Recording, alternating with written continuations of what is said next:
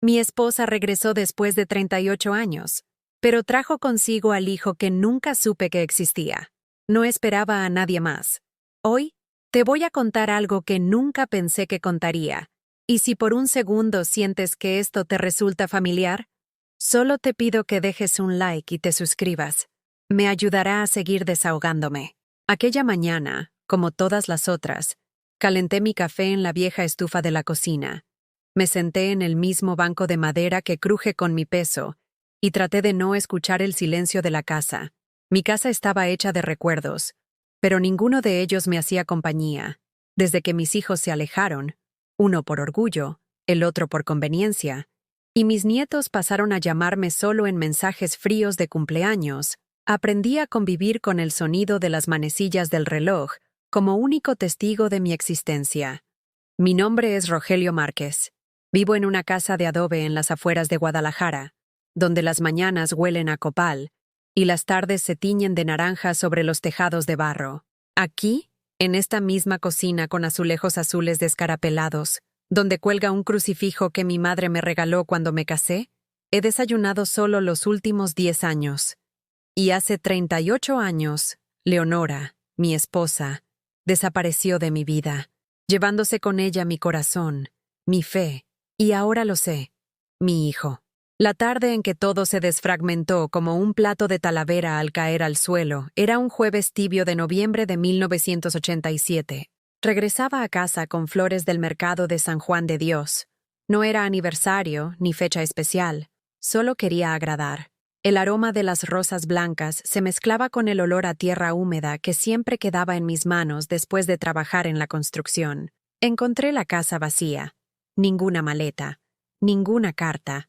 Solo su aroma todavía flotando en el aire, esa mezcla de agua de azahar y jabón de Castilla que usaba todas las mañanas. Mis hijos pequeños, Gerardo y Tomás, de 7 y 5 años, preguntaron si mamá volvería antes de la cena. Les dije que sí. Mentira. Ella nunca más regresó. Pasé años imaginando 1000 tragedias. Accidente en la carretera a Chapala. Secuestro. Pérdida de memoria. Pero sus documentos también desaparecieron. Su ropa favorita. Ese vestido azul con florecitas que se ponía los domingos para misa. Sus joyas de familia. Los aretes de perlas que heredó de su abuela. Ella huyó. Me abandonó. Nos borró como si fuéramos nombres escritos en la arena. Recuerdo que esa noche me quedé despierto en nuestro cuarto, mirando el espacio vacío en la cama donde solía dormir. Su almohada todavía guardaba la forma de su cabeza. Me aferré a ese indicio como si fuera una promesa de que regresaría. Pero las semanas pasaron, y la forma se desvaneció. Fui padre y madre de 2 hijos que aprendieron a culparme. Gerardo creció resentido, con esa rabia que solo tienen los niños que se sienten abandonados. Tomás, distante, como si mi presencia le recordara constantemente la ausencia de ella. Decían que nunca hablaba de mamá. Pero, ¿cómo hablar de un fantasma? ¿Cómo explicar a 2 niños que su madre los había elegido abandonar? Cociné frijoles de la olla, lavé uniformes escolares, ayudé con las tareas de matemáticas, cambié fiebres por promesas de curación. Aprendí a trenzar el cabello de mis hijos cuando jugaban a ser Leonora, pero nunca fui suficiente. Fui llamado frío, débil, lo que quedó. Con el tiempo, me volví invisible en mi propia familia. Fui dispensado de los cumpleaños de los nietos. Solo se acordaban de mí cuando necesitaban préstamos. Y yo daba, siempre daba, incluso con la pensión apretada de la construcción. Después de todo, seguían siendo mis niños, aunque ya no me vieran como padre, hasta que el martes de la semana pasada, alguien tocó a la puerta. 3 golpes suaves, como solía hacer ella cuando regresaba del mercado con las manos ocupadas. Abrí, Leonora. Los cabellos grises, los ojos cansados, pero el mismo rostro. Solo que había algo más. A su lado, un hombre joven, alto, moreno, con una leve desviación en la nariz, igual que la mía. Ella lo miró y dijo, con la voz que una vez fue mi música: «Este es Esteban, nuestro hijo». La confesión que destruyó lo que quedaba de mí llegó como un puñetazo en el estómago vacío. Leonora estaba embarazada cuando se fue. Escondió el embarazo. Cambió de ciudad. Se fue a vivir a Puerto Vallarta, donde nadie la conocía, donde nadie haría preguntas. Me miró como si todo pudiera resolverse en una conversación de fin de tarde, con el mismo gesto despreocupado que usaba cuando llegaba tarde de visitar a su hermana. Necesitaba respirar, Rogelio. Me sentía sofocada. No aguantaba la rutina. Pero, ¿qué se le dice a alguien que te arrancó la vida sin derecho a luto? 38 años habían pasado. Esteban tenía 37 años, la misma edad que yo cuando ella desapareció. Nunca me vio. Nunca supo de mí. Creció pensando que su padre era un error, un hombre que había abandonado a su madre embarazada. Y yo, el verdadero abandono, había sido el que se quedó. Mientras ella hablaba, con esa voz que una vez me arrullaba durante las noches de insomnio, mi mente se llenó de imágenes que había guardado como tesoros malditos. Recordé las mañanas en que despertaba solo, buscando instintivamente el calor de su cuerpo al otro lado de la cama. Recordé los domingos que pasé sentado en la banca de la iglesia de San Francisco, mirando a las familias completas mientras mis hijos jugaban distraídos con los himnarios. Recordé las noches en que Gerardo lloraba preguntando por qué mamá no regresaba, y yo inventaba cuentos sobre viajes largos y trabajos importantes.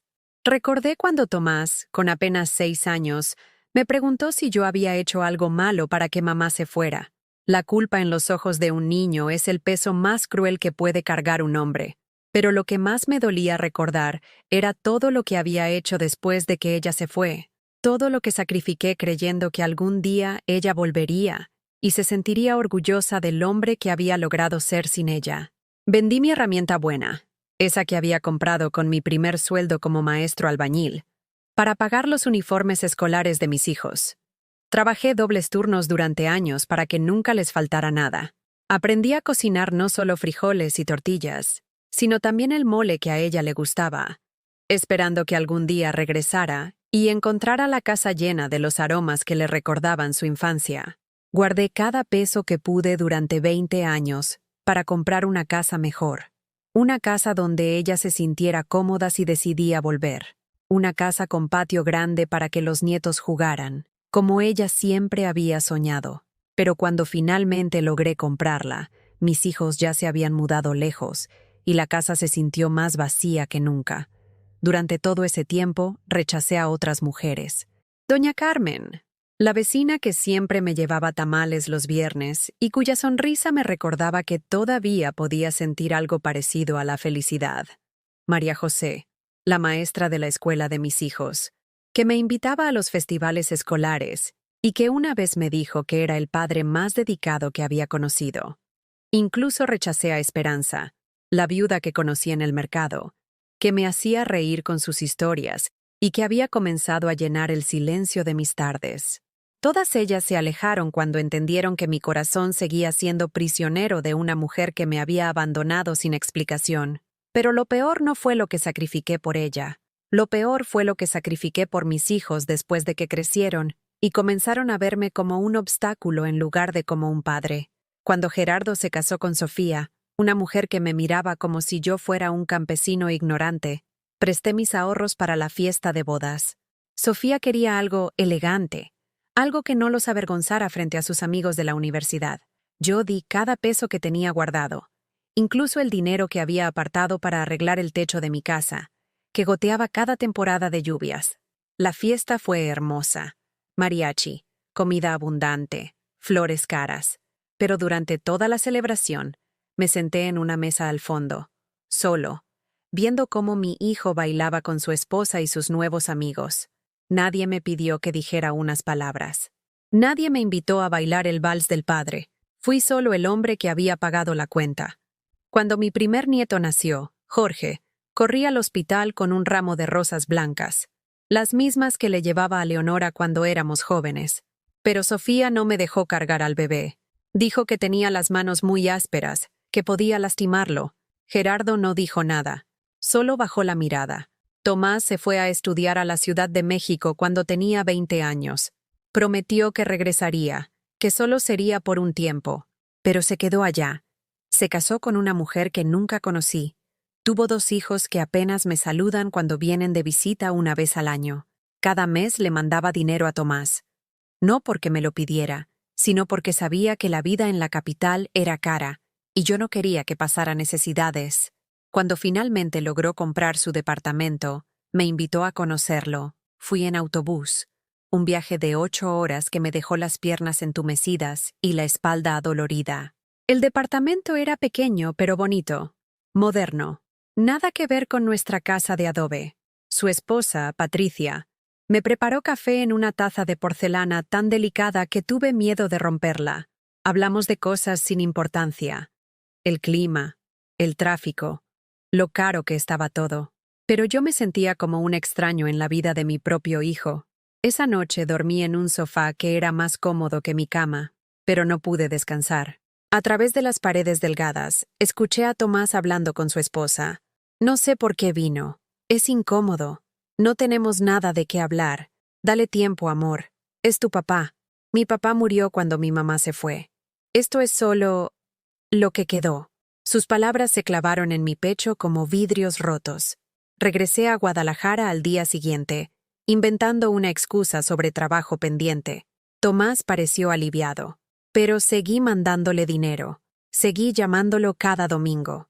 Seguí esperando que algún día me viera otra vez como su padre, y no como lo que quedó. Los años pasaron, y me volví el abuelo de los préstamos. Cuando Jorge necesitó dinero para la universidad, vendí mi vieja camioneta. Cuando la hija de Tomás quiso tomar clases de piano, dejé de comprar medicina para la artritis y trabajé turnos extra los fines de semana. Cada sacrificio lo hice con la esperanza de que algún día me vieran con amor otra vez. Pero entre más daba, más invisible me volvía. Era útil, pero no querido. Era necesario, pero no deseado. Y durante todos estos años, mientras me desangré en silencio dando todo lo que tenía, Leonora vivía en Puerto Vallarta, criando al hijo que nunca supe que existía. Vivía la vida que había elegido, libre de las responsabilidades que yo había cargado solo. Ahora estaba aquí, en mi puerta, con ese hijo que era la mitad de mí y que nunca había conocido mi nombre. ¿Cómo te atreves? Fueron las únicas palabras que logré susurrar. Esteban bajó la mirada. Leonora suspiró. Rogelio, por favor. Él no tiene la culpa de nada. Pero lo que realmente me destrozó no fue verla ahí parada en mi puerta después de 38 años, con el cabello gris y las arrugas que el tiempo había dibujado en su rostro. Lo que me destrozó fue descubrir que durante todo este tiempo, mientras yo me consumía en soledad, ella había estado viviendo una vida plena.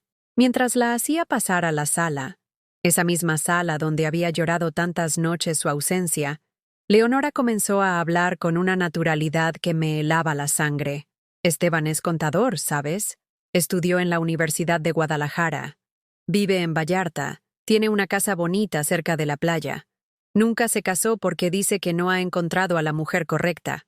Hablaba de él con el orgullo que una vez reservó para Gerardo y Tomás. Pero ahora, al verlos a ambos, a Leonora y a este hijo que nunca conocí, comprendí algo que me aplastó como una losa de cemento. Ella había sido mejor madre para él que yo padre para los míos. ¿Cómo me encontraste?, le pregunté, con la voz quebrada como cristal viejo. Nunca te perdí, Rogelio. Siempre supe dónde estabas. Sabía que seguías en la misma casa, en el mismo trabajo. Sabía que Gerardo se había casado y que Tomás se había ido a México. Sabía que habías estado solo todos estos años. Sus palabras cayeron sobre mí como martillazos. Sabía, siempre había sabido, y había elegido mantenerse alejada. ¿Por qué ahora?, logré preguntar. Leonora intercambió una mirada con Esteban, una de esas miradas que solo se comparten entre madre e hijo cuando guardan secretos. Porque me estoy muriendo, Rogelio. El mundo se detuvo. El reloj de pared dejó de hacer ruido. Hasta las chicharras del patio se callaron. Cáncer de páncreas. Los doctores dicen que me quedan 6 meses. Tal vez menos. Y antes de irme, Esteban tenía derecho a conocer a su padre. Y tú tenías derecho a conocer a tu hijo. Me senté en mi silla vieja, esa que había comprado cuando mis hijos eran pequeños y que ahora crujía bajo mi peso como mis huesos por las mañanas.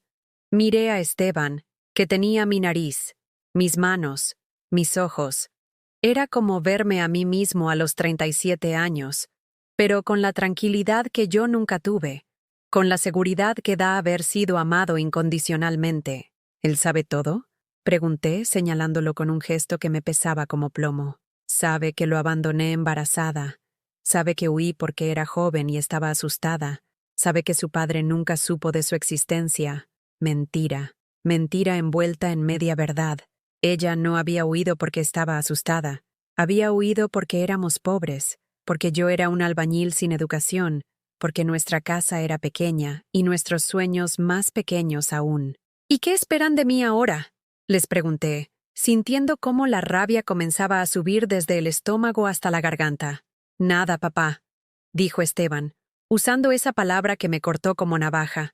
Solo conocerte, solo saber de dónde vengo. Papá, me había llamado papá, esa palabra que mis propios hijos ya no usaban, que había sido reemplazada por el viejo o simplemente por nada. En ese momento, como si el universo hubiera conspirado para hacer la situación más cruel, llegó Jorge, mi nieto mayor. Entró por la puerta trasera, como siempre hacía, gritando: «Abuelo, ¿tienes dinero? Necesito 500 pesos para una fiesta de la escuela». Se detuvo en seco al ver a las visitas. Su expresión cambió de la familiaridad del niño que viene a pedir, a la frialdad del adolescente que se avergüenza. «¿Quiénes son?», preguntó, mirando a Leonora y a Esteban como si fueran intrusos. «Tu abuela», dije con la voz rota. «Y tu tío». Jorge me miró como si hubiera perdido la razón. Leonora se puso de pie, con lágrimas en los ojos. «Hola, nieto», susurró. Pero Jorge ya estaba saliendo por donde había entrado, gritando: «Estás loco, abuelo. Le voy a decir a mi papá que ya deliras». El silencio que siguió fue más ruidoso que cualquier grito. Leonora se sintió rechazada. Esteban se sintió incómodo. Y yo me sentí exactamente como lo que era, un viejo que ya no importaba a nadie. Esa noche, después de que se fueran prometiendo volver al día siguiente, me quedé sentado en la cocina hasta que amaneció. Miraba la taza de café que se había enfriado en mis manos, y por primera vez en 38 años, me pregunté si realmente había estado esperando a Leonora todo este tiempo, o si simplemente había estado esperando a morir. Pensé en mis cumpleaños olvidados, en las Navidades donde cenaba solo mientras mis hijos celebraban con sus familias, prometiendo visitarme después de las fiestas, en los días de los padres donde el teléfono no sonaba, donde el único regalo que recibía era el silencio de quienes se suponía que debían amarme. Pensé en el infarto que tuve hace 3 años, cuando desperté solo en el hospital, y tuve que llamar a un taxi para regresar a casa porque ninguno de mis hijos pudo venir a buscarme. «Estamos ocupados, papá», dijeron. «Ya sabemos que estás bien». Pensé en las medicinas que no compré para poder pagar los gastos escolares de mis nietos, en las noches que cené solo tortillas con sal porque el dinero del gas se lo había prestado a Tomás para su mudanza.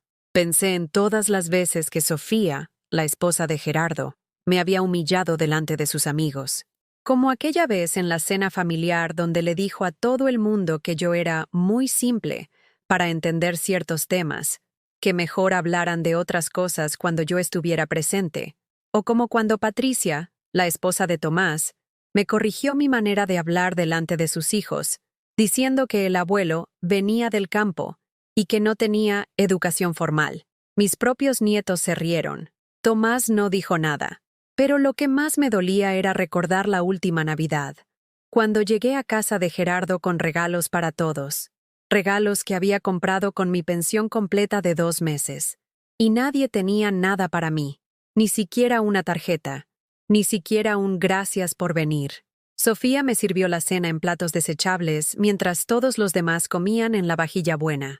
Cuando pregunté por qué, me dijo que era más práctico para mí.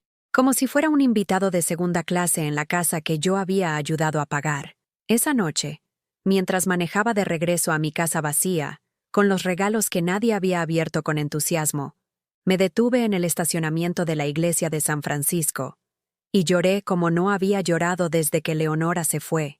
Lloré por el hombre que había sido, y por el hombre en el que me había convertido. Lloré por los años que había perdido esperando amor que nunca llegó. Lloré por la soledad que se había vuelto mi única compañía fiel. Y ahora, 38 años después, Leonora regresaba no por amor, sino por culpa, no porque me hubiera extrañado, sino porque se estaba muriendo y necesitaba limpiar su conciencia antes de partir. Pero lo más cruel de todo era que Esteban, este hijo que nunca conocí, me miraba con el cariño que mis propios hijos habían perdido. Me miraba como si fuera alguien digno de respeto, alguien digno de amor. Y por primera vez en décadas me pregunté si no había sido yo el que había estado equivocado todo este tiempo, si no había sido yo el que había permitido que me trataran como si fuera invisible. Miré mi reflejo en el cristal de la ventana y vi a un hombre gastado, encorvado, con las manos callosas y la mirada apagada. Un hombre que había dado todo y no había recibido nada a cambio. Pero también vi algo más. Vi a un hombre que todavía podía elegir. Al amanecer, tomé una decisión que cambiaría todo.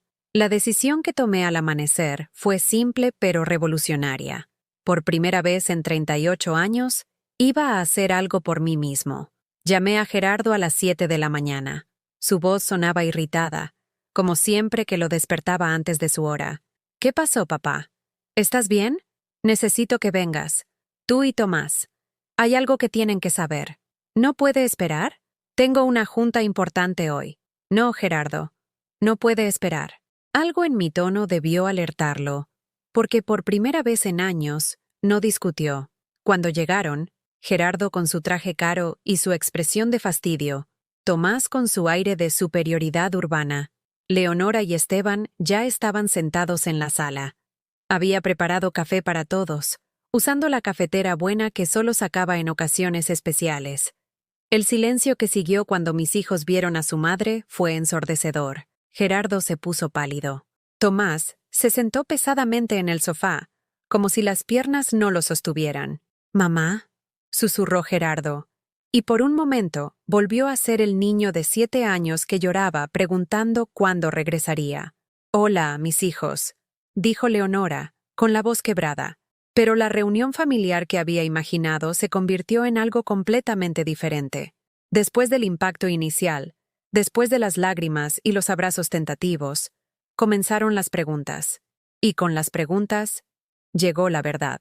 «¿Dónde has estado todos estos años?», preguntó Tomás, con esa voz fría que había perfeccionado en sus años de oficina. «En Puerto Vallarta, trabajando, viviendo. ¿Y nunca pensaste en regresar? ¿En buscar a tus hijos?». Leonora bajó la mirada. Esteban se removió incómodo en su silla. Era complicado. Tenía una nueva vida. ¿Una nueva vida? Gerardo se puso de pie, con la cara roja de rabia. ¿Y nosotros qué éramos? ¿Un error del que te querías olvidar? No, hijo. No era así. Entonces, ¿cómo era?, gritó Tomás perdiendo la compostura que tanto cultivaba. ¿Cómo era ser tan egoísta que abandonaste a tus hijos pequeños por tu nueva vida? Yo los observaba discutir, sintiendo cómo se desmoronaba la imagen que había construido de nuestra familia durante décadas. Pero cuando Gerardo se volvió hacia Esteban, su expresión cambió a algo que nunca había visto antes. Odio puro. ¿Y tú quién eres?, le preguntó, con la voz llena de desprecio. ¿El hijo perfecto que tuvo mientras nosotros crecíamos sin madre? Esteban se puso de pie, con la dignidad que yo había perdido años atrás. Soy tu hermano, y no vine aquí a lastimar a nadie. Solo quería conocer a mi padre. No eres mi hermano, gritó Gerardo. Los hermanos crecen juntos, sufren juntos, se necesitan juntos. Tú eres el producto de su traición, Gerardo. Intenté intervenir, pero él me ignoró completamente. ¿Y tú?, se volvió hacia mí con una furia que no había visto desde que era adolescente. ¿Vas a aceptar a este bastardo así como así? Ella te engañó por casi 40 años, papá. ¿Él no es familia? ¡Basta!, grité poniéndome de pie con una fuerza que no sabía que tenía. ¡Basta ya! Pero Gerardo no había terminado. Sus palabras salían como balas. ¿Sabes cuántas noches te escuché llorar por ella? ¿Sabes cuántas veces Tomás y yo tuvimos que consolarnos solos porque tú estabas destrozado por una mujer que se había ido con otro hombre? ¿Y ahora resulta que estaba criando a tu hijo mientras tú te morías de tristeza? Tomás, que había estado callado, finalmente explotó. Era más fácil odiarte a ti. Era más fácil pensar que habías hecho algo malo para que ella se fuera. Pero resulta que ella simplemente nos cambió por una vida mejor. Sus palabras me partieron el corazón, pero también me dieron claridad. Por primera vez entendí por qué mis hijos me habían tratado con tanto desprecio todos estos años. Me culpaban por el abandono de su madre. ¿Crees que no lo sabemos?, continuó Tomás. ¿Crees que no sabemos que nos has sacrificado todo? ¿Que has vivido como un fantasma esperando a que ella regresara? Pero mírate. Te has vuelto patético. La palabra patético resonó en la sala como un eco cruel. Leonora empezó a llorar. Esteban se veía devastado. ¡Cállense!, gritó Esteban, sorprendiendo a todos. No saben lo que dicen. Este hombre es su padre. Los crió solo, los mantuvo, los amó cuando nadie más lo hizo. No te metas, le gritó Gerardo. No sabes nada de lo que vivimos. Sé lo que es no tener padre, respondió Esteban con lágrimas en los ojos. Sé lo que es crecer preguntándote si tu papá te habría querido. Y ustedes tuvieron uno que los amó tanto que se destruyó por ustedes. El silencio que siguió fue diferente, más pesado, más real. Entonces Sofía, la esposa de Gerardo, que había estado callada hasta ese momento, habló con la voz fría que reservaba para las ocasiones formales. Gerardo, vámonos. Esto es demasiado dramático para los niños. ¿Los niños?, pregunté. ¿Jorge está aquí? En el carro.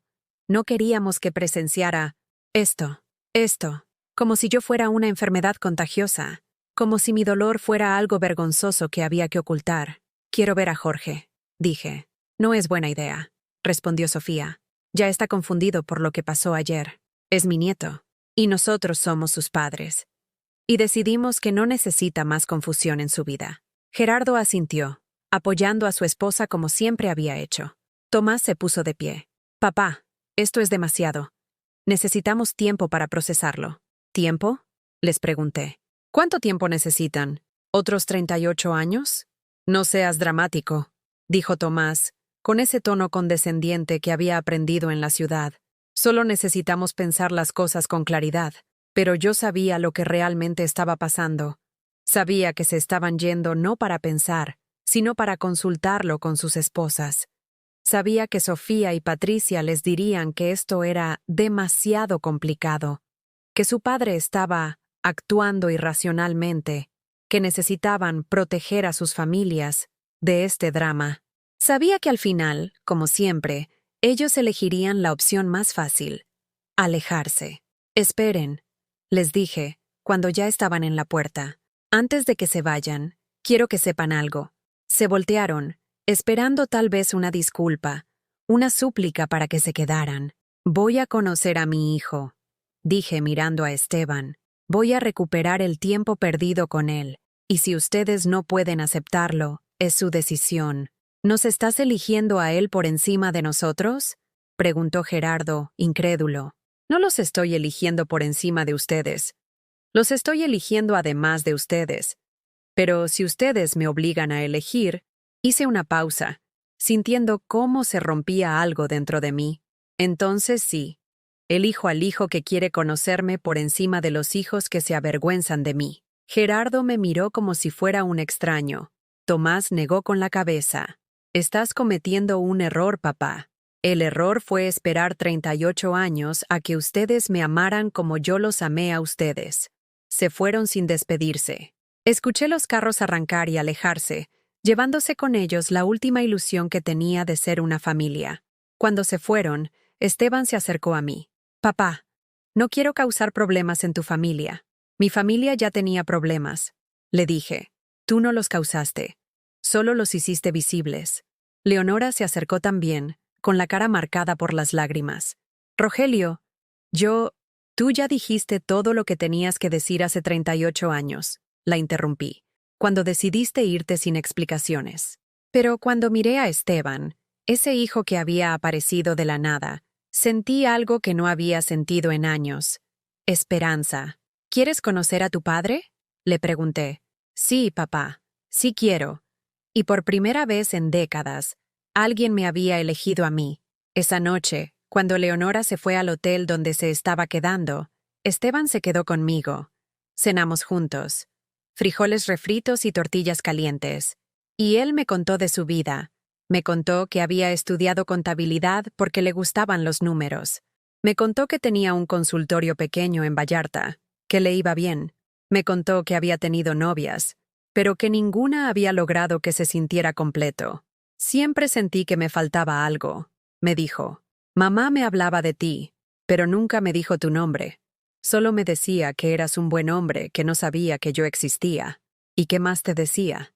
Que tenías las manos más buenas del mundo, que podías arreglar cualquier cosa, que cuando me cargara en tus brazos, me sentiría seguro. Sus palabras me rompieron y me sanaron al mismo tiempo. Esa noche, cuando se fue a dormir al cuarto de huéspedes, me quedé despierto pensando en todo lo que había perdido, pero también en todo lo que había ganado. Había perdido la ilusión de que mis hijos me amaran como yo los amé a ellos, pero había ganado un hijo que me veía como el padre que siempre había querido ser. La primera decisión que tomé fue ir al banco. Por 38 años había sido el hombre que prestaba dinero y nunca lo reclamaba. El abuelo que sacaba de su pensión para pagar caprichos ajenos. El padre que se quedaba sin medicina para que sus hijos tuvieran comodidades. Pero esa mañana, mientras caminaba por las calles empedradas del centro de Guadalajara con Esteban a mi lado, sentí algo que no había experimentado en décadas. La libertad de elegir. ¿A dónde vamos, papá?, me preguntó Esteban, adaptándose a mi paso lento pero decidido, a hacer algo que debía hacer hace años. En el banco, saqué la libreta de ahorros que guardaba religiosamente en mi cartera, ese pequeño cuaderno verde que registraba cada peso que había apartado de mi pensión durante los últimos 5 años, dinero que había estado guardando para emergencias familiares, que en realidad significaba los próximos préstamos que me pedirían mis hijos. «Buenos días, señor Márquez», me saludó la cajera, una mujer joven que ya me conocía de tantas visitas para retirar dinero. ¿La cantidad usual? No, le dije con una firmeza que me sorprendió. Hoy quiero hacer algo diferente. Le expliqué lo que quería. Sus ojos se abrieron con sorpresa, pero procesó la transacción sin hacer preguntas. Cuando salimos del banco, Esteban me miró con curiosidad. «¿Qué hiciste?» «Abrí una cuenta nueva, solo con mi nombre, y transferí todos mis ahorros ahí. ¿Y la cuenta anterior?» «La cerré. Era una cuenta compartida con Gerardo. Él tenía acceso para emergencias. Resulta que sus emergencias eran más frecuentes que las mías». Esteban se quedó callado por un momento, procesando lo que esto significaba. «¿Estás seguro?» «Por primera vez en años estoy completamente seguro. Nuestra siguiente parada fue la casa de Gerardo. Toqué la puerta con la tranquilidad de quien ya no tiene nada que perder. Sofía abrió, con esa expresión de superioridad que había perfeccionado durante años de matrimonio. «Rogelio, qué sorpresa. Gerardo no está. Vengo a ver a Jorge. Ya te dijimos que no es buena idea». «Sofía», le dije, mirándola directamente a los ojos, «Jorge es mi nieto. No necesito tu permiso para verlo». Algo en mi tono la descolocó. Retrocedió un paso. «¿Quién es él?», preguntó, señalando a Esteban. «Mi hijo». Su tío. Jorge apareció detrás de su madre, con la curiosidad natural de un adolescente de 16 años. «¿Abuelo? ¿Qué pasó ayer? Mamá dijo que habías tenido visitas raras». «Ven acá, mijo», le dije, ignorando la mirada de advertencia de Sofía. «Te quiero presentar a alguien». Jorge se acercó, y pude ver en sus ojos la mezcla de curiosidad y confusión que había heredado de su padre. «Él es Esteban, tu tío, mi hijo». «¿Tienes más hijos?», preguntó Jorge, con esa honestidad brutal de los adolescentes. «Sí, y acabo de conocerlo». «¿Cómo que acabas de conocerlo?». «Es una larga historia, pero quiero que sepas que pase lo que pase entre tu papá y yo, tú siempre serás mi nieto, y siempre serás bienvenido en mi casa». Sofía intervino rápidamente. «Jorge, entra. Tienes tarea». «Pero mamá». «Adentro. Ahora». Cuando Jorge desapareció, Sofía se volvió hacia mí. «No sé qué juego estás jugando, Rogelio, pero no voy a permitir que confundas a mi hijo con tus dramas familiares. No es un drama, Sofía. Es mi vida. Y Jorge tiene derecho a conocer a su familia completa». «¿Su familia completa?», se rió. pero no era una risa agradable. ¿Te refieres a este desconocido que apareció de la nada? Me refiero a mi hijo, que vale más que muchas personas que sí conozco. Sofía me miró como si fuera un extraño, y tal vez lo era. Tal vez el hombre que había estado pidiendo permiso para existir en su casa durante años había muerto la noche anterior. Dile a Gerardo que fui a verlo, y que si quiere hablar conmigo, sabe dónde encontrarme. Cuando nos alejamos de la casa, Esteban caminó en silencio durante varias cuadras. ¿Estás bien?, me preguntó finalmente. Mejor que nunca, le respondí, y era verdad. Esa tarde, hicimos algo que no había hecho en años. Fuimos al mercado de San Juan de Dios, no para comprar lo más barato, sino para comprar lo que se me antojara. ¿Qué te gusta comer?, le pregunté a Esteban mientras caminábamos entre los puestos llenos de colores y aromas. De todo. Pero mamá dice que haces un mole buenísimo. ¿Leonora dijo eso? Siempre decía que tu mole era el mejor que había probado en su vida. Sus palabras me tocaron en un lugar que había estado cerrado durante décadas. Compré todos los ingredientes para hacer mole desde cero. Chiles, chocolate, ajonjolí, almendras. Ingredientes que no había comprado en años porque eran muy caros. Y mis hijos nunca habían mostrado interés en mi cocina. También compré carne de res buena, no la que estaba en oferta. Compré verduras frescas, queso artesanal, tortillas hechas a mano. ¿Seguro que puedes gastarte todo esto?, me preguntó Esteban, viendo cómo se llenaban las bolsas. Es mi dinero, y por primera vez en años, lo voy a gastar en algo que me haga feliz. De regreso a casa, mi teléfono sonó. Era Gerardo. ¿Qué hiciste en el banco? Buenos días, hijo. Estoy bien, gracias por preguntar. No juegues conmigo, papá. El gerente me llamó. Dice que cerraste la cuenta. Así es. ¿Por qué? Porque era mi dinero. Pero yo podía necesitarlo. ¿Para qué, Gerardo? ¿Para otra emergencia como el carro nuevo de Sofía? ¿O para las vacaciones que se fueron a tomar sin invitarme? No es lo mismo. Tienes razón. No es lo mismo, porque ahora mi dinero va a estar disponible para alguien que me aprecia. ¿Estás hablando de Esteban? Estoy hablando de mi hijo, sí. Nosotros también somos tus hijos. ¿En serio? ¿Cuándo fue la última vez que actuaron como mis hijos? ¿Cuándo fue la última vez que me llamaron sin necesitar algo? El silencio al otro lado de la línea fue elocuente. Papá, no hagas esto. No nos cambies por él. No los estoy cambiando por nadie, Gerardo. Los estoy poniendo en el lugar donde ustedes mismos se pusieron hace años. ¿Qué quieres decir? Quiero decir que voy a tratar a cada uno de ustedes exactamente como me tratan a mí. Nada más, nada menos. Colgué el teléfono con una tranquilidad que me sorprendió. Esa noche, mientras cocinaba el mole, revolviendo lentamente los chiles tostados con el chocolate y las especias, Esteban me ayudó en la cocina. Me pasaba los ingredientes, me hacía preguntas sobre la receta, me contaba anécdotas de su vida. ¿Sabes qué es lo más extraño?, me dijo mientras yo doraba la carne. Siento como si te hubiera conocido toda mi vida. ¿Por qué? Porque tengo tus mismas manías. Mamá siempre se reía porque yo revolvía la comida en el mismo sentido que las manecillas del reloj. Decía que era algo que hacía mi papá. ¿Leonora te hablaba de mí? Siempre, pero nunca me dijo tu nombre. Solo me decía que eras un buen hombre que tenía las manos más gentiles del mundo.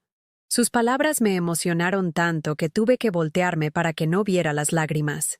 También me decía que cuando fuera grande, esperaba que fuera tan trabajador como tú, tan honesto como tú. ¿Y qué más? Que te encantaba cantar mientras cocinabas. Que tenías una voz bonita.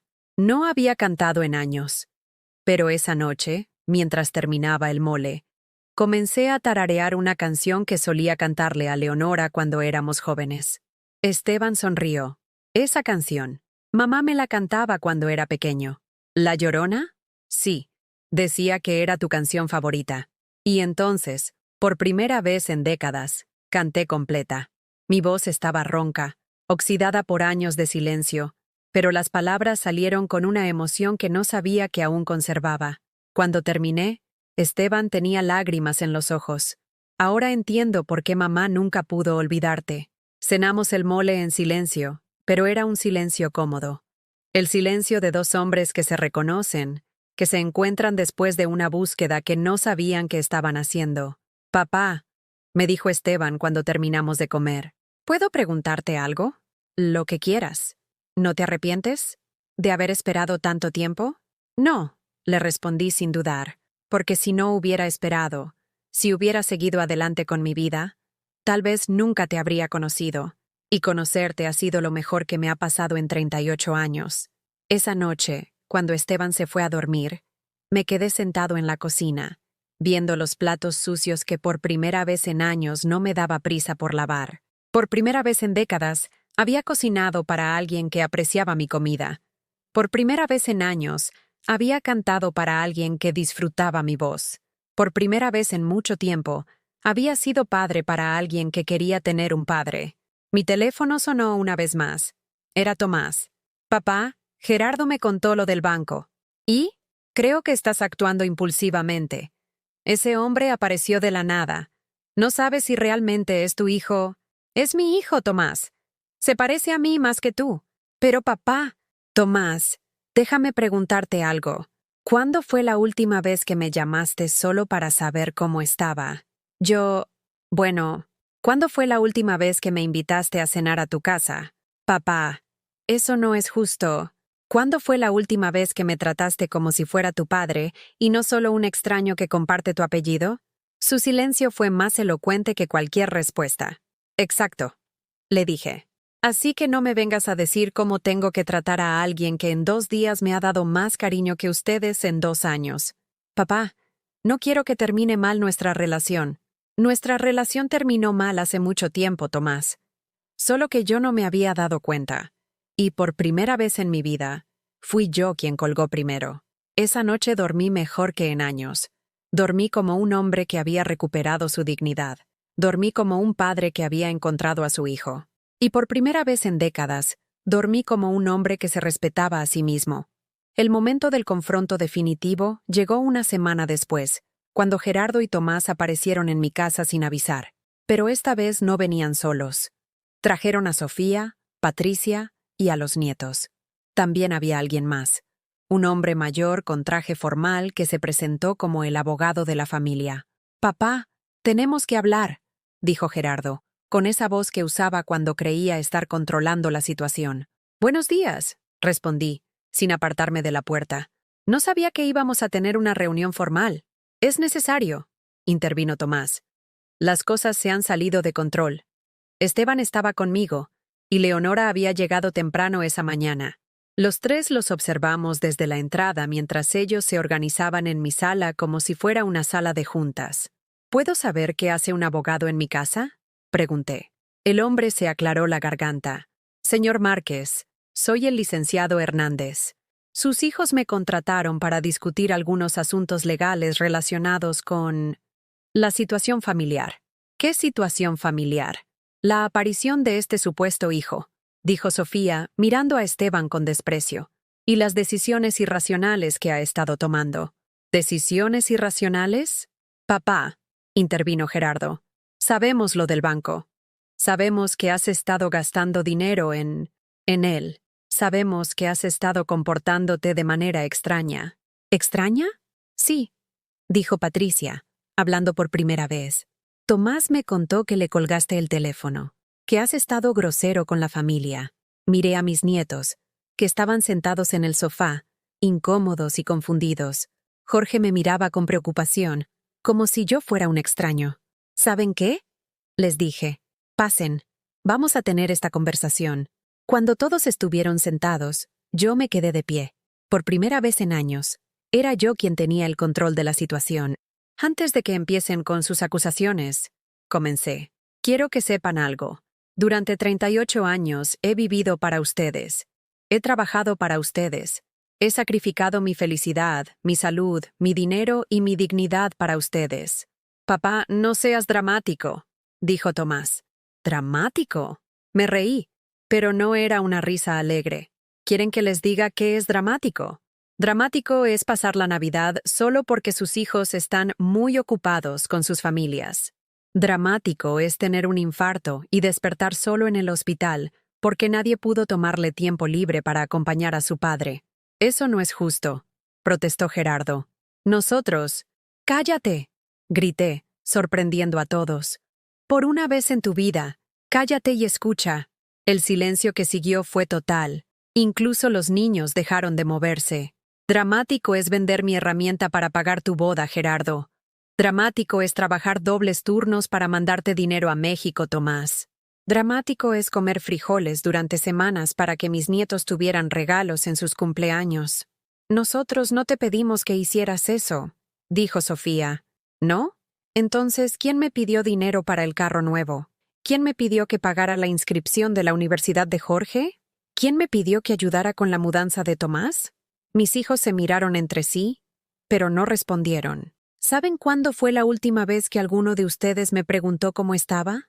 ¿Cuándo fue la última vez que me invitaron a cenar sin que fuera una fecha obligatoria? Papá, nosotros... ¿Cuándo fue la última vez que me trataron como si fuera su padre y no solo un banco ambulante? El abogado intervino. Señor Márquez, entendemos que está pasando por un momento difícil. ¿Difícil? Lo interrumpí. ¿Saben qué es difícil? Difícil es darse cuenta de que tus hijos se avergüenzan de ti. Difícil es ser tratado como un invitado de segunda clase en la casa que tú ayudaste a pagar. Eso no es verdad, protestó Gerardo. ¿No?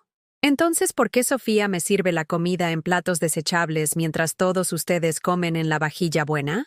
Sofía se puso roja. Eso es por practicidad. ¿Practicidad? ¿O porque no quieres que tu suegro campesino ensucie tus platos elegantes? ¡Basta!, gritó Gerardo.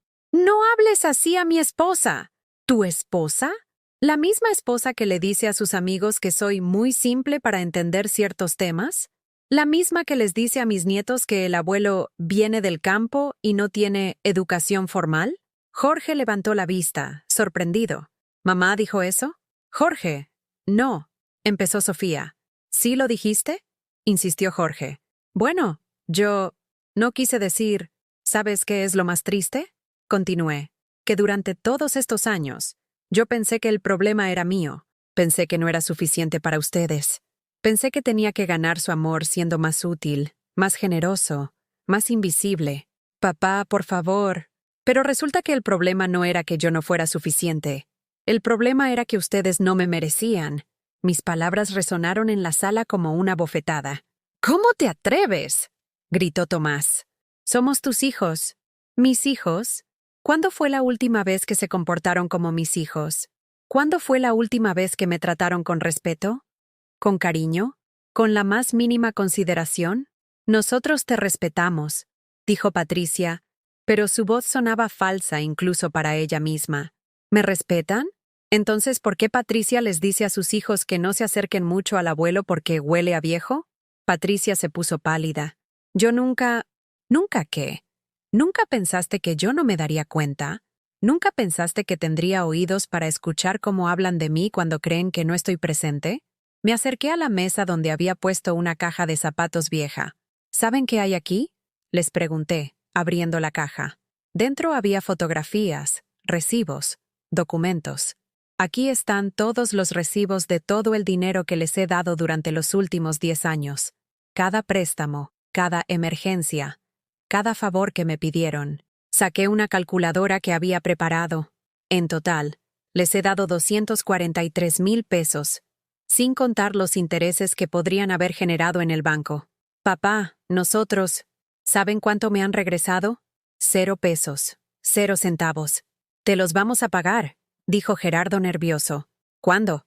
¿Cuándo ya no tenga dientes para masticar la comida que compre con ese dinero? Tomé otra fotografía de la caja. ¿Ven esto? Es la foto de mi cumpleaños número 65, el día que nadie vino a felicitarme. El día que comí solo un pedazo de pan tostado porque había gastado mi dinero de la semana en el regalo de cumpleaños de mi nieta. Papá, nosotros no sabíamos. Claro que sabían. Todos sabían. Pero era más fácil fingir que no sabían. Miré al abogado. ¿Sabe por qué contrataron a este señor? No es para proteger mis intereses. Es para proteger los suyos. Tienen miedo de que Esteban tenga derechos sobre una herencia que ellos ya consideran suya. Eso no es... ¿verdad? Entonces, ¿por qué el primer día que aparece mi hijo, ustedes aparecen con un abogado? Miré a mis nietos, que estaban escuchando todo con los ojos muy abiertos. Jorge, Mariana, Diego, les dije, quiero que sepan algo. Yo los amo.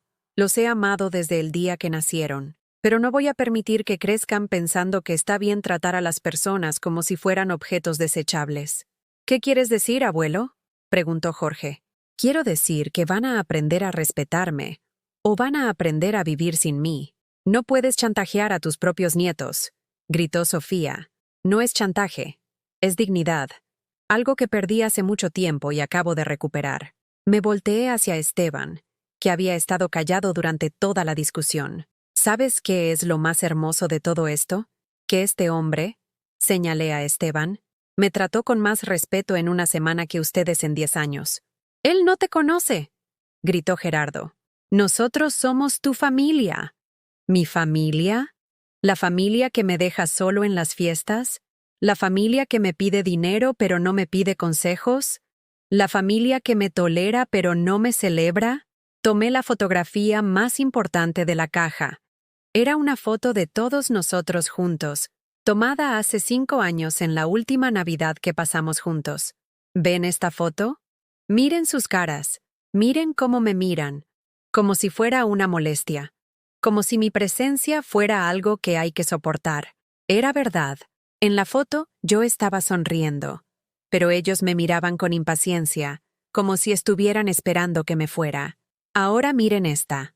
Saqué otra fotografía, una que Esteban había tomado de nosotros hace 2 días. En esta foto, yo estaba sonriendo genuinamente. Esteban tenía su brazo alrededor de mis hombros, y ambos se veían felices. ¿Ven la diferencia?, les pregunté. En una foto soy un estorbo. En la otra, soy un padre.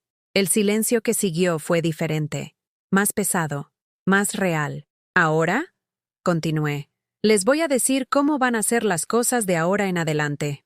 ¿Cómo van a ser las cosas?, preguntó Tomás, incrédulo. Así es. Ya no voy a ser el papá que dice sí a todo. Ya no voy a ser el abuelo que presta dinero sin condiciones. Ya no voy a ser el hombre que acepta migajas de cariño como si fueran banquetes. ¿Qué quieres decir? Quiero decir que si quieren ser parte de mi vida, van a tener que ganarme el lugar, como cualquier otra persona. Somos tus hijos. No tenemos que ganarnos nada. Se equivocan. Ser hijo no es un título permanente. Es una relación que se construye día a día, con amor, respeto y reciprocidad. ¿Y si decidimos que no queremos cumplir con tus condiciones? Entonces serán libres de irse. Y yo seré libre de ser feliz sin ustedes. Patricia se puso de pie. Vámonos, Tomás. Esto es ridículo. ¿Ridículo?, le pregunté. ¿Saben qué es ridículo? Ridículo es haber tardado 38 años en darme cuenta de que merecía ser tratado con dignidad. Cuando se levantaron para irse, Jorge se quedó sentado. ¿Vienes, Jorge?, le gritó Sofía. No, dijo Jorge, sorprendiendo a todos. Quiero quedarme con el abuelo. Jorge, le gritó Gerardo. Vámonos. ¿Por qué?, preguntó Jorge. ¿Por qué tengo que irme si quiero quedarme? Porque somos tus padres, y decidimos lo que es mejor para ti. ¿Cómo decidieron que era mejor para mí no conocer a mi tío? Gerardo se quedó sin palabras. Abuelo, me dijo Jorge, ¿puedo conocer mejor a mi tío Esteban? Claro que sí, mijo. Cuando quieras. No, gritó Sofía. No vas a manipular a nuestro hijo. No lo estoy manipulando. Le estoy dando la oportunidad de elegir. Vámonos, gritó Gerardo. Esto se acabó. Sí, le dije. Esto se acabó, pero no como ustedes esperaban. Cuando se fueron, arrastrando a Jorge a pesar de sus protestas, me quedé solo con Esteban y Leonora. ¿Crees que hice lo correcto?, le pregunté a Esteban. Papá, me dijo, abrazándome. Creo que por primera vez en tu vida, hiciste lo que tenías que hacer. Y por primera vez en 38 años, me sentí como un hombre libre. 3 meses después del confronto, mi vida había cambiado de maneras que nunca imaginé posibles. La primera transformación llegó con una llamada telefónica inesperada. Era Jorge, mi nieto, hablando desde el teléfono de la escuela. Abuelo, ¿puedo ir a verte después de clases? Claro, mijo. ¿Pasó algo? Mis papás no saben que te estoy llamando, pero necesito hablar contigo. Cuando llegó esa tarde, traía una mochila llena de libros y una expresión seria que me recordó a mí mismo a su edad. Abuelo, he estado pensando mucho en lo que pasó el otro día. ¿Qué has estado pensando? Que mis papás estaban equivocados, y que yo también he estado equivocado. Se sentó en la mesa de la cocina donde Esteban y yo habíamos estado trabajando en un proyecto juntos. Estaba enseñándole a hacer muebles de madera, un oficio que había aprendido de mi padre y que nunca había podido transmitir a mis hijos. ¿Equivocado en qué, Jorge? En tratarte como si fueras solo el abuelo que presta dinero, como si no fueras una persona de verdad. Sus palabras me tocaron profundamente. A los 16 años, tenía más sabiduría emocional que sus padres. ¿Y qué quieres hacer al respecto? Quiero conocerte de verdad, abuelo. Quiero saber cómo eras cuando eras joven. Quiero que me enseñes las cosas que sabes hacer. Quiero ser tu nieto de verdad. Esa tarde, por primera vez en años, pasé tiempo con Jorge sin que hubiera dinero de por medio. Le enseñé a lijar madera. Le conté historias de cuando construía casas con mis propias manos. Le mostré fotografías de su abuela Leonora cuando era joven. ¿La extrañas? Me preguntó, señalando una foto donde Leonora y yo estábamos en nuestra boda. Extraño a la mujer que era entonces, pero ya no extraño a la mujer que eligió irse. ¿Cuál es la diferencia? La diferencia es que ahora entiendo que el amor verdadero no se va sin explicaciones. El amor verdadero no abandona. El amor verdadero se queda y lucha. Jorge procesó mis palabras en silencio. ¿Como el amor que le tienes a mi papá y al tío Tomás? Exactamente. Yo me quedé y luché. Pero ellos eligieron irse emocionalmente mucho antes de que yo eligiera dejar de perseguirlos. ¿Y ahora qué va a pasar? Ahora voy a ser feliz. Con quien quiera ser feliz conmigo. Jorge sonrió por primera vez en meses. ¿Puedo ser feliz contigo, abuelo? Claro que sí, mijo. Siempre. Durante las siguientes semanas, Jorge comenzó a visitarme regularmente. Sus padres se habían opuesto al principio, pero él había sido firme. Quería conocer a su tío Esteban y quería pasar tiempo con su abuelo. Si no me dejan venir, les había dicho, cuando sea mayor de edad, me voy a venir a vivir con él. La amenaza había funcionado. Gerardo y Sofía habían cedido, pero con condiciones. No podía hablar de los problemas familiares en casa. Jorge había aceptado las condiciones, pero me confesó que no las estaba cumpliendo. Les cuento a mis primos lo genial que es el tío Esteban, me dijo riendo, y les digo que tú eres el abuelo más cool que conocen. ¿Cool? ¿Yo? Sí, porque tienes el valor de decir lo que piensas. Porque no tienes miedo de estar solo si eso significa mantener tu dignidad. Sus palabras me hicieron reflexionar sobre cuánto había cambiado mi propia percepción de mí mismo. La segunda transformación llegó cuando decidí hacer algo que no había hecho en 38 años. Salir de Guadalajara. ¿A dónde quieres ir? Me preguntó Esteban cuando le conté mi idea. A Puerto Vallarta. Quiero ver dónde viviste. Quiero conocer tu mundo. ¿Estás seguro? Mamá dice que podría ser incómodo para ti. Tu mamá ha estado incómoda conmigo durante 38 años. Ahora es mi turno de hacer lo que me hace feliz. El viaje a Puerto Vallarta fue revelador. Esteban me llevó a su casa, una construcción modesta pero cómoda a 3 cuadras de la playa. Tenía un pequeño jardín donde cultivaba hierbas para cocinar y una terraza donde me dijo que le gustaba sentarse a ver el atardecer. ¿Sabes qué es lo que más me gusta de este lugar? Me preguntó, mientras preparaba pescado a la veracruzana para la cena. ¿Qué? ¿Qué es mío? Que lo construí con mi trabajo, que nadie me puede decir cómo debo vivir aquí. Sus palabras me resonaron profundamente. Yo había vivido 38 años en una casa que técnicamente era mía, pero que nunca había sentido realmente mía porque siempre estaba esperando a que Leonora regresara para habitarla. ¿Te puedo confesar algo? Le dije. Lo que quieras, papá. Nunca me había sentido dueño de mi propia vida. Siempre había sido el esposo de Leonora, el padre de Gerardo y Tomás, el abuelo de los nietos, pero nunca había sido simplemente Rogelio. ¿Y ahora? Ahora, por primera vez, soy yo mismo. Y me gusta quién soy. Durante nuestra estancia en Vallarta, Esteban me presentó a sus amigos, a sus vecinos, a las personas que habían sido su familia durante 37 años. Todos me recibieron con calidez, como si hubiera sido parte de sus vidas desde siempre. Su hijo es un buen hombre, me dijo doña Rosa, una vecina que había cuidado a Esteban cuando estaba enfermo. Siempre nos hablaba de usted, de cómo quería conocerlo algún día. ¿Hablaba de mí? Siempre. Decía que su papá era un hombre bueno que trabajaba con las manos, que sabía hacer cosas hermosas con madera. Decía que cuando lo conociera, quería que le enseñara a hacer muebles. Miré a Esteban, que estaba sonriendo. ¿Es verdad eso? Desde que era niño, papá. Siempre quise aprender lo que tú sabías hacer. Esa noche, caminamos por la playa de Puerto Vallarta. Era la primera vez que veía el mar en más de 20 años, y su inmensidad me hizo sentir pequeño, pero no insignificante. ¿Sabes qué he estado pensando? Le dije a Esteban, mientras las olas mojaban nuestros pies descalzos. ¿Qué? Que tal vez Leonora me hizo un favor al irse. ¿Cómo? Porque si se hubiera quedado, yo habría seguido siendo el hombre que era entonces. Pequeño, conformista, sin ambiciones. Pero su partida me obligó a crecer, a ser fuerte, a ser padre y madre al mismo tiempo. ¿Y ahora? Ahora soy el hombre que siempre pude ser, pero que nunca me atrevía a ser. ¿Cuál es la diferencia? La diferencia es que ahora no tengo miedo de estar solo, porque finalmente entiendo que estar solo no es lo mismo que estar abandonado. Regresamos a Guadalajara con una nueva perspectiva.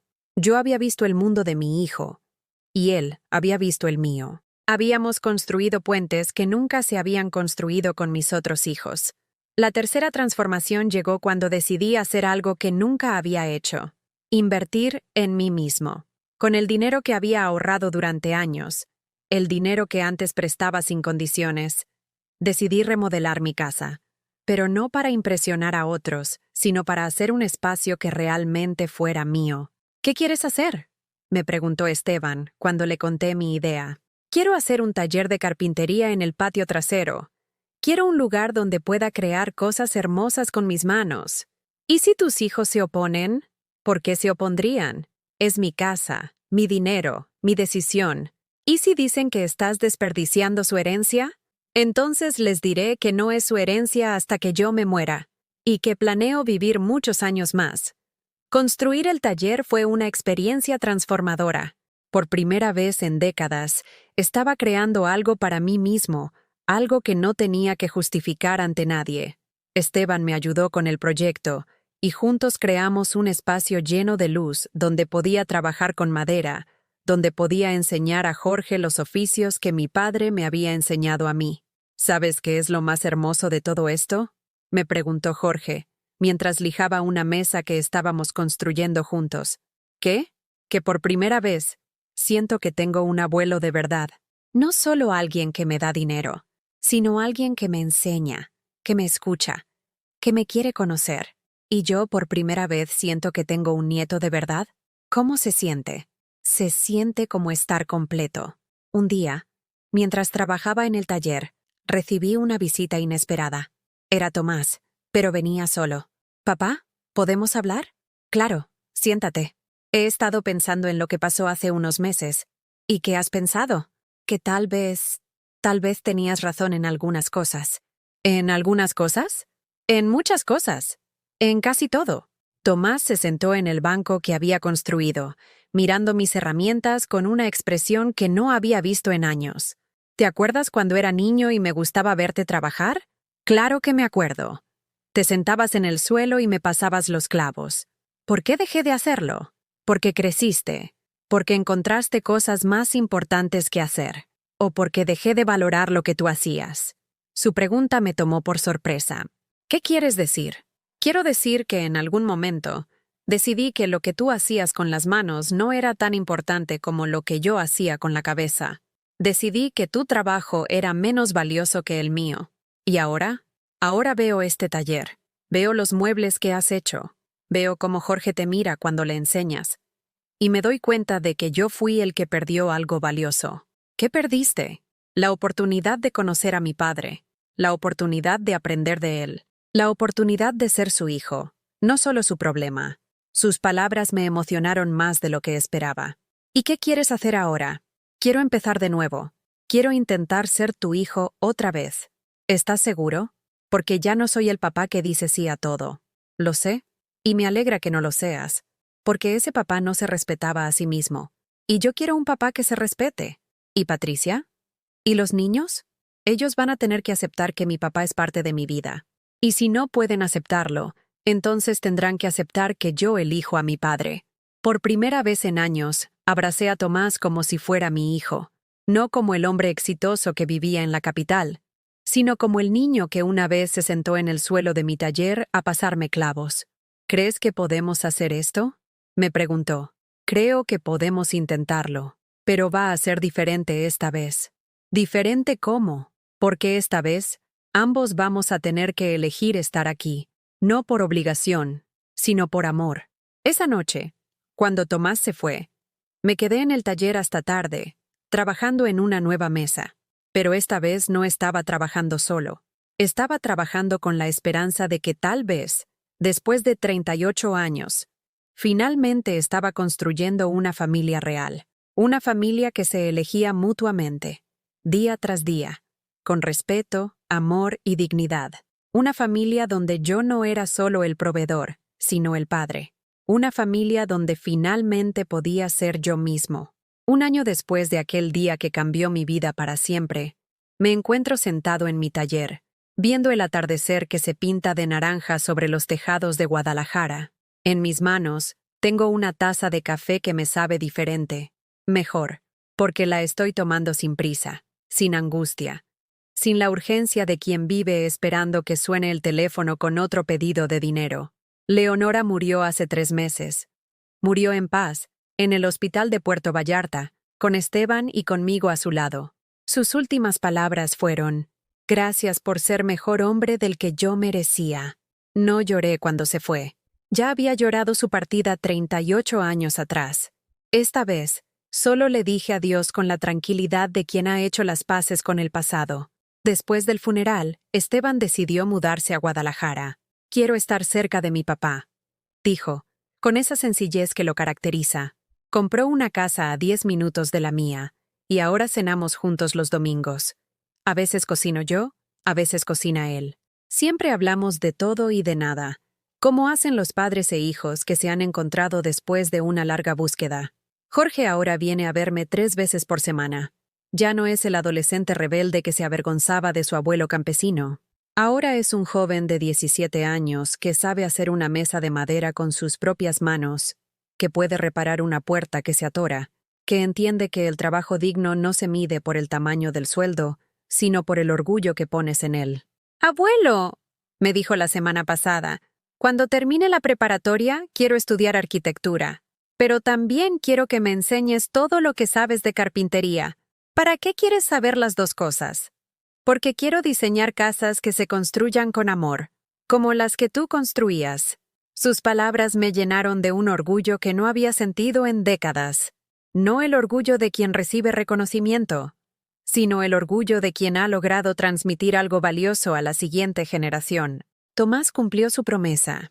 Regresó a Guadalajara el mes pasado, no de visita, sino para quedarse. Consiguió trabajo en una empresa local que paga menos que lo que ganaba en México, pero que le permite estar cerca de su familia real, no solo la que había creado por compromiso. ¿Te arrepientes de haber dejado tu trabajo en la capital?, le pregunté cuando me ayudaba a instalar una nueva sierra en el taller. No, papá. Me arrepiento de haber tardado tanto en darme cuenta de que el éxito no sirve de nada si no tienes con quién compartirlo de verdad.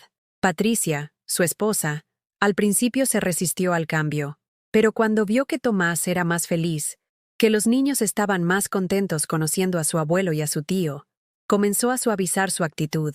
Ahora me llama Don Rogelio, en lugar de ignorarme. Y eso ya es un progreso. Sus hijos, mis nietos menores, me miran con la curiosidad de quien descubre que su abuelo no es solo una figura incómoda en las reuniones familiares, sino alguien con historias que contar y habilidades que enseñar. ¿Es verdad que construiste esta casa con tus propias manos?, me preguntó Diego, mi nieto de 12 años, tocando las paredes de adobe con asombro. Cada ladrillo, cada viga, cada puerta. Le respondí, ¿me puedes enseñar a hacer una casa? Primero te voy a enseñar a hacer una pajarera. Después, Cuando seas más grande, hablamos de la casa. Gerardo ha sido el más resistente al cambio. Todavía no viene a verme con regularidad, pero ya no me trata como si fuera un extraño. Hace 2 semanas me llamó por teléfono. No para pedirme dinero, sino para invitarme a cenar. ¿Estás seguro?, le pregunté, sorprendido. Sí, papá.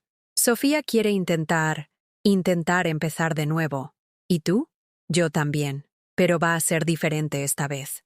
¿Diferente cómo? Porque esta vez yo voy a elegir estar ahí. No porque sea mi obligación, sino porque quiero conocer al hombre que realmente eres. La cena fue incómoda al principio. Sofía se esforzó por ser amable, pero se notaba que era un esfuerzo. Gerardo intentó hacer conversación, pero tantos años de distancia no se borran en una noche. Pero algo cambió cuando Jorge comenzó a hablarles a sus padres sobre las cosas que había aprendido conmigo. Cuando les mostró la mesa que habíamos construido juntos, cuando les contó sobre las historias que yo le había contado de su abuela, de su bisabuelo, de la familia que ellos nunca habían conocido. ¿Sabían que el bisabuelo era ebanista?, les preguntó Jorge.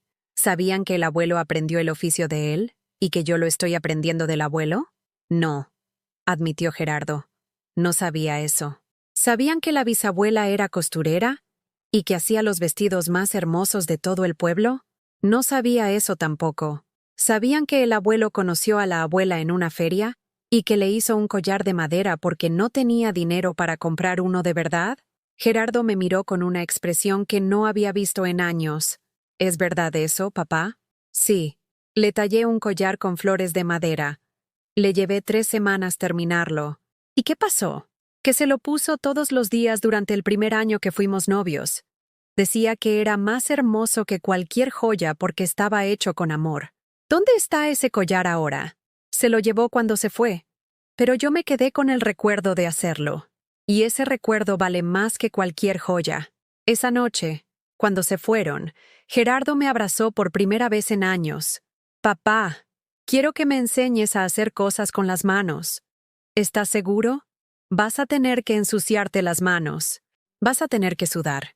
Creo que es hora de que aprenda el valor del trabajo que se hace con amor. Ahora, mientras escribo esta historia en el cuaderno que compré para registrar mis pensamientos, me doy cuenta de que la vida me ha dado el regalo más inesperado. La oportunidad de ser padre a los 75 años. No solo de Esteban, que llegó a mi vida como un milagro tardío, sino de Gerardo y Tomás, que están aprendiendo a ser mis hijos otra vez. Y de Jorge, que me está enseñando que ser abuelo no es solo dar dinero, sino dar tiempo, atención, y el ejemplo de un hombre que se respeta a sí mismo. Mi casa ya no suena a silencio, suena a conversaciones, a risas, a proyectos compartidos. Suena a familia verdadera. El taller que construí se ha convertido en el corazón de mi hogar. Ahí es donde Jorge aprende a usar las herramientas. Ahí es donde Tomás y yo hablamos de los proyectos que queremos hacer juntos. Ahí es donde Esteban me cuenta de sus planes para expandir su negocio. Ahí es donde, por primera vez en décadas, me siento útil por lo que soy, no por lo que puedo dar. La semana pasada, una vecina me preguntó si no me sentía solo ahora que Leonora había muerto. ¿Solo?, le respondí. ¿Cómo voy a estar solo si tengo 3 hijos que me buscan, 4 nietos que me quieren conocer y 38 años de vida por delante para disfrutar? ¿38 años? Sí, porque los últimos 38 años no fueron vida, fueron supervivencia. Ahora, a los 75 años, por fin estoy empezando a vivir. Y es verdad, cada mañana me despierto con la curiosidad de saber qué va a traer el día. Cada tarde me siento en mi taller con la satisfacción de haber hecho algo útil. Cada noche me acuesto con la tranquilidad de quien ha aprendido que el amor no se mendiga, se ofrece a quien lo valora.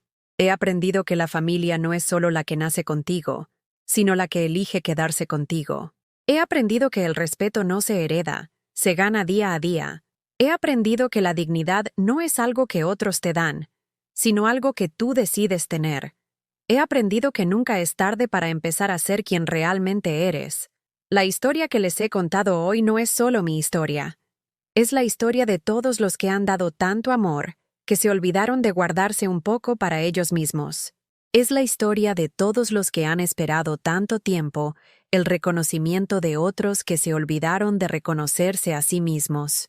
Es la historia de todos los que han descubierto que la libertad más grande no es la de hacer lo que quieres, sino la de ser quien eres sin pedir permiso. Y ahora, mientras el sol se pone sobre Guadalajara y yo me preparo para cenar con mi familia real, la que me elige y a la que yo elijo, me hago una pregunta que quiero hacerte a ti también. ¿Alguna vez has vivido algo parecido a esto? ¿Alguna vez has sentido que das tanto amor que te olvidas de ti mismo? ¿Conoces a alguien que haya pasado por esta situación? Cuéntame en los comentarios. Si esta historia te llegó al corazón, si reconociste algo de tu vida en estas palabras, dale like y suscríbete al canal. Tu apoyo ayuda a que estas historias lleguen a alguien que necesita escuchar que nunca es tarde para comenzar a vivir con dignidad, porque todos merecemos ser amados no por lo que damos, sino por lo que somos. Y todos merecemos una segunda oportunidad para ser felices. Gracias por acompañarme en esta historia. Hasta la próxima.